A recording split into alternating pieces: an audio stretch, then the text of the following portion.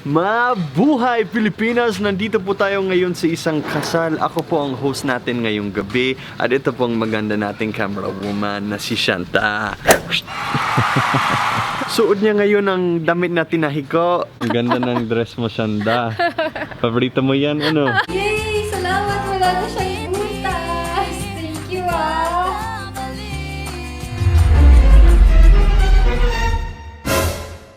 Ito po ang kasal ni na Jonah at Mark dito sa Antipolo. Maganda talaga tong venue na to, no?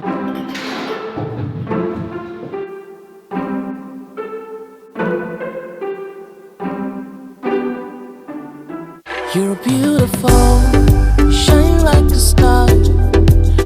Ang bigat, kuya.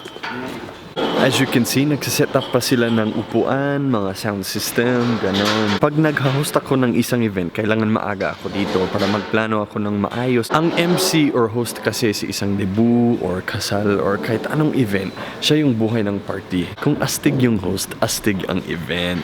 Ito po ang gagawin natin mamaya sa event na to. So, kunwari, English lang ako. Kasi diba Australian ako, akala ng mga tao na English speaking lang ako. So, English muna tayo, tapos gugulatin natin sila mamaya sa Tagalog.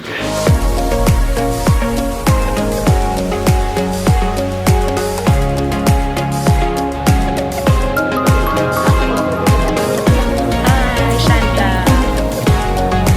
Time to rock and roll.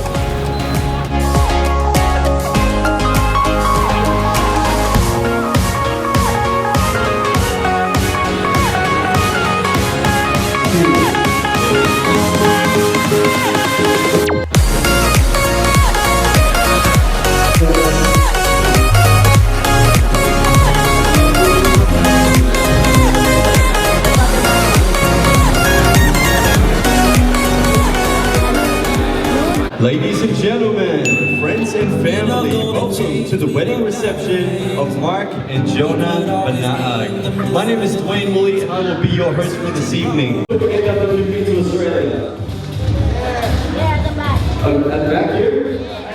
Oh, right at the back. Okay, great. You know, Australians cannot join the American army because when the American sergeant asked the Australian soldier, "Did you come here to die? Did you come here to die?" The Australian says, "No, sir, I came here to die."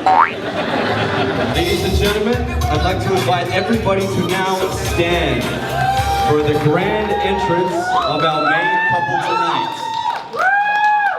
Is everyone excited for the grand entrance of the main couple? For the first time in history, please welcome Mark and Jonah, now known as Mr. and Mrs. Banaag!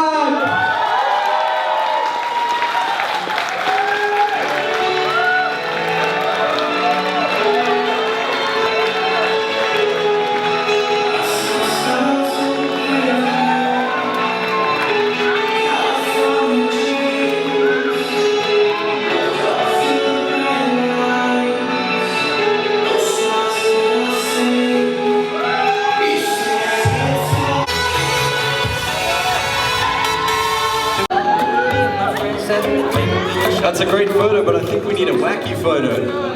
Who wants to see Mark and Jonah Banaag do the longest kiss for the first time? Alright, what we've got to do is we've got to get a spoon or a fork or whatever you've got on your table there. Bring your glasses. Bring your glasses. They will not stop kissing while you keep ringing. Ready and go!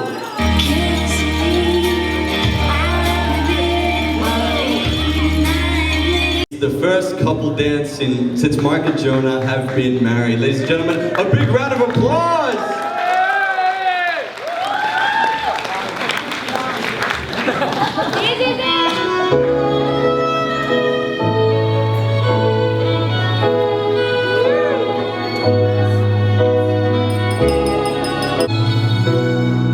The great parts of this evening is when we all get to eat, right? Who's hungry? Who's hungry?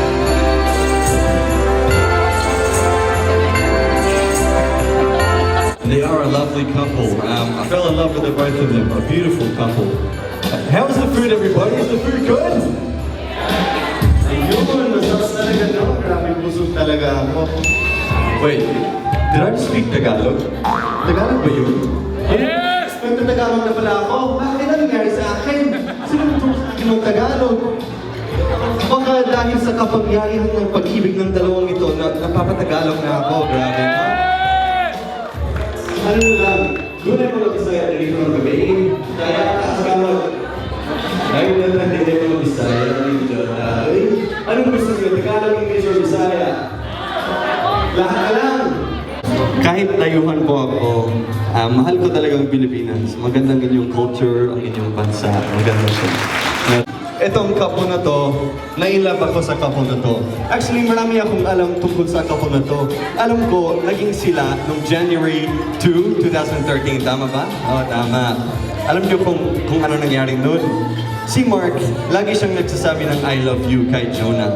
Tapos ang sagot ni Jonah, salamat. Daming beses nag-I love you si Mark kay Jonah until may isang gabi na dumating sa buhay nila na nag-I love you too si Jonah. Simula nun, sabi ni Mark, ayun, tayo na. Sabi mo, I love you too. Sabi ni Jonah, ay, ganun ba yun? Magpatalo ako sa inyo, okay? So, kung sisipin niyo, Jonah yung sagot, itaas mo yung sapatos ni Jonah, okay? Kung sisipin mo, ikaw yung sagot, itaas mo yung sapatos mo, okay? Nag-intindihan mo yung Mark? Ikaw, Jonah, nag-intindihan mo yung game? Okay, sige. Sino ba sa inyong dalawa ang mas magaling sumayaw? Ayun ang sagot! Ayun! Alright. Sino ba sa inyo ang mas magaling magluto? Magluto. Who is better at keeping secrets?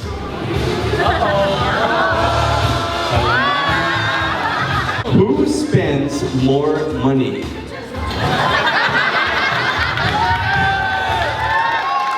Sino ba sa inyong dalawa ang maglalaba?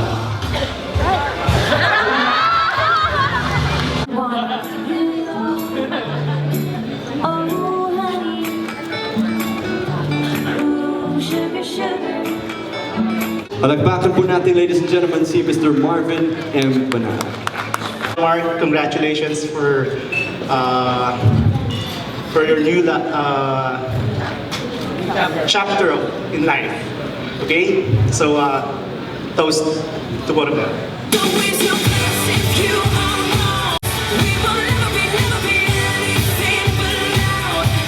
I am thankful and proud that you grew up to be a respectful and obedient daughter and sister.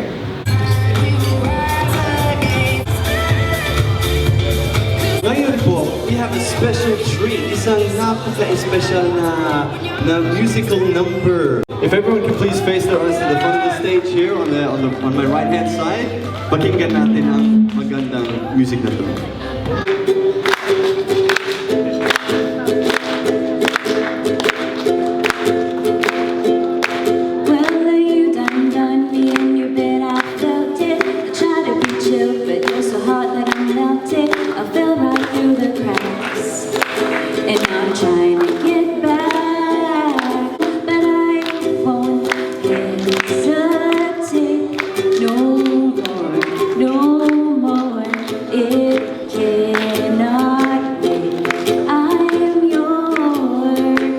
Hihiya na ako kay Bianca, ang ganda ng boses. Gusto niyo ba? Kakanta din ako? Sige, subukan natin. Gusto niyo Tagalog? Sige, Tagalog naman. Balik na tayo, no? Si Bianca Filipino kumanta ng English, ako Australian kumanta ng Tagalog. So I'm gonna need your help to sing this song, okay? You ready, DJ? So, etong kanta na to, sikat siya dito sa Pilipinas. Isa siyang OP. Isa siyang original Pinoy music. Okay? It's an oldie, a classic by Ray Valera. Ang pag-ibig ay sadyang ganyan. Tiwala sa isa't isa'y kailangan. Mamahalin kita maging sino ka man. Mark, ikaw na, sige na.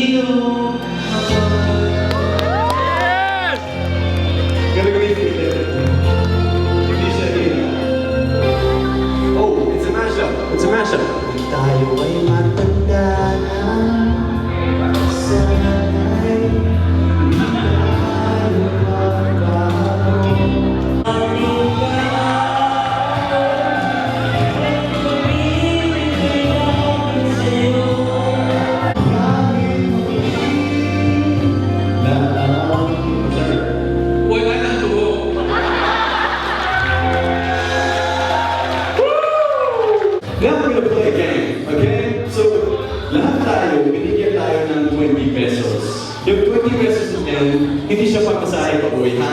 So, wala mo siya iuwi, okay? It's part of the game we're going to play. So, alam niyo ba kung paano maglaro ng bato-bato pick? Yung laro ng lahat, diba? Jack and Boy, bato-bato pick, rock, paper, scissors, whatever you want to call it, okay? So what we're gonna do is the coordinators will help you with this game. We're gonna do this per table. So turn to the person and sa tabi mo, and you're going to play bato-bato pick with that person. If you lose, pag talo ka, ibigay mo yung 20 pesos na yan sa nanalo. Okay? Then we're going to have another round. Bato-bato pick. Kung sino yung nanalo, siya yung magkukuha ng 20 pesos na yan. Hanggang dalawa na lang ang players, okay? So there will be one person tonight that is going to take home all of these 20 pesos. Magkano kaya yan? 5,000? 10,000? Tingnan natin.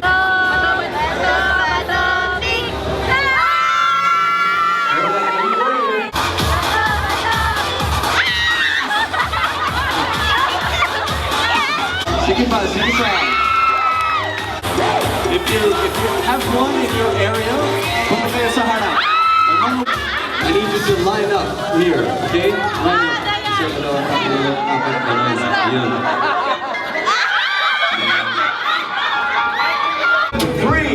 2, 1. Bato, bato, pick.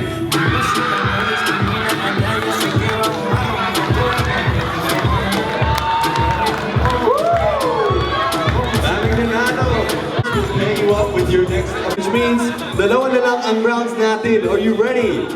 3, 2, 1. Bato, bato, pick.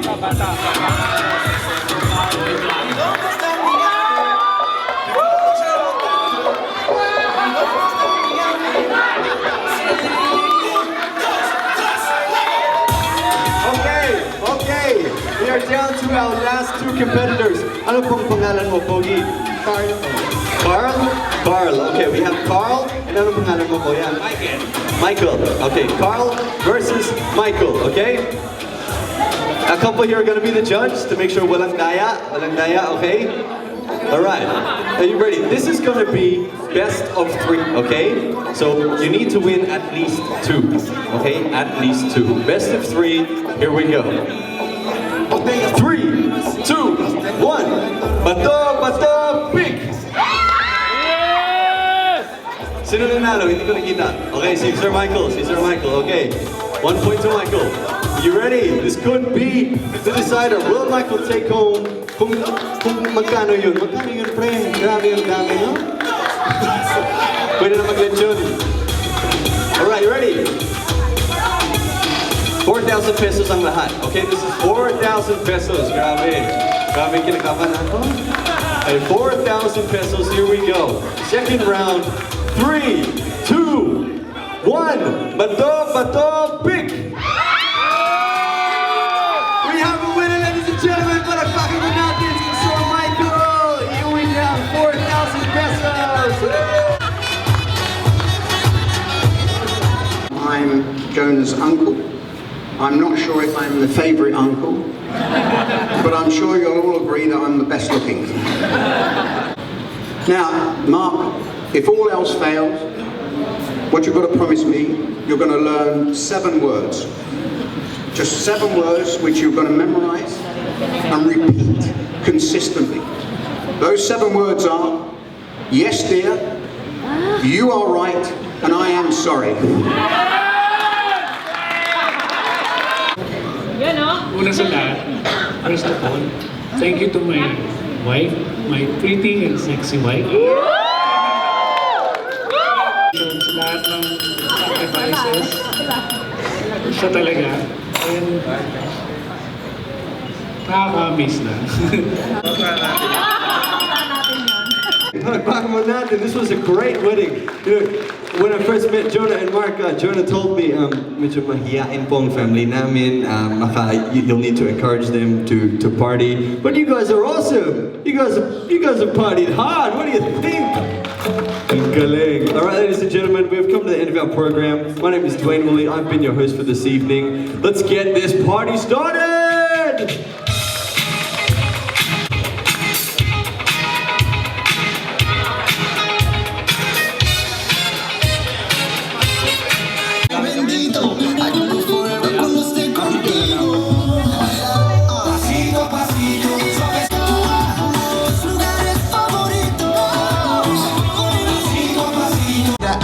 her coochie melt. When I met her in the belt. You're beautiful.